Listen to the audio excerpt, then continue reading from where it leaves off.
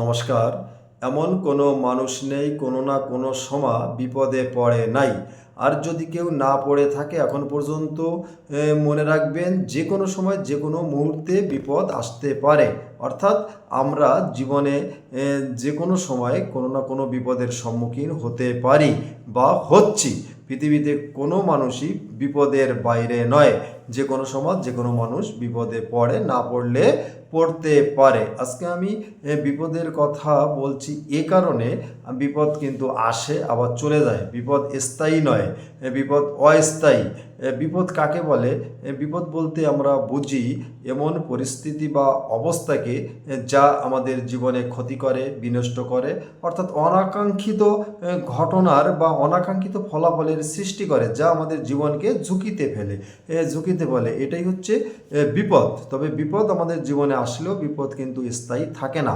আমি আপনাদের মাঝে বলতে চাই, যারা আমার কথাগুলো শুনছেন অবশ্যই মনে রাখবেন, বিপদ কিন্তু আমাদের জীবনে আসছে বা আসবে বা এসেছিল, না আসলে আগামীতে আসতে পারে। বিপদ আবার চলে যাবে।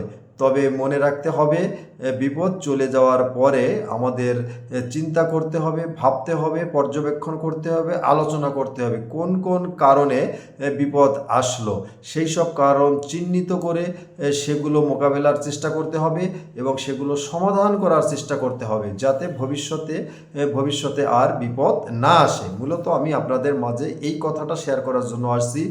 বিপদ আসবে, বিপদ চলে যাবে, তবে কোন কারণে আমাদের বিপদ হয়েছে, কি কি কারণে আমরা বিপদের সম্মুখীন হয়েছি, বিপদ চলে যাওয়ার পরে এগুলো আমাদের চিহ্নিত করতে হবে এবং প্রতিকারের ব্যবস্থা করতে হবে, যাতে ভবিষ্যতে আমরা বিপদে না পড়ি। বিপদে আমরা বিভিন্নভাবে পড়ে থাকি।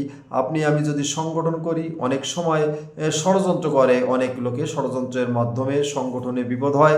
আবার আপনি নদীতে নৌকায় যাচ্ছেন, হঠাৎ ঝড় আসতে পারে। অনেক সময় বাসা বাড়ি ঘরে, শিল্প কারখানায় আগুন লাগে। অর্থাৎ বিপদের কিন্তু বিভিন্ন কোয়ালিটি আছে, বিভিন্নভাবে আমরা বিপদে পড়তে পারি। আমরা দুর্ঘটনায় পড়ি, অনেক সময় বাসে দুর্ঘটনায় পড়ি, অর্থাৎ অ্যাক্সিডেন্ট হয়। সব কিছু মিলে অনাকাঙ্ক্ষিত এইগুলো।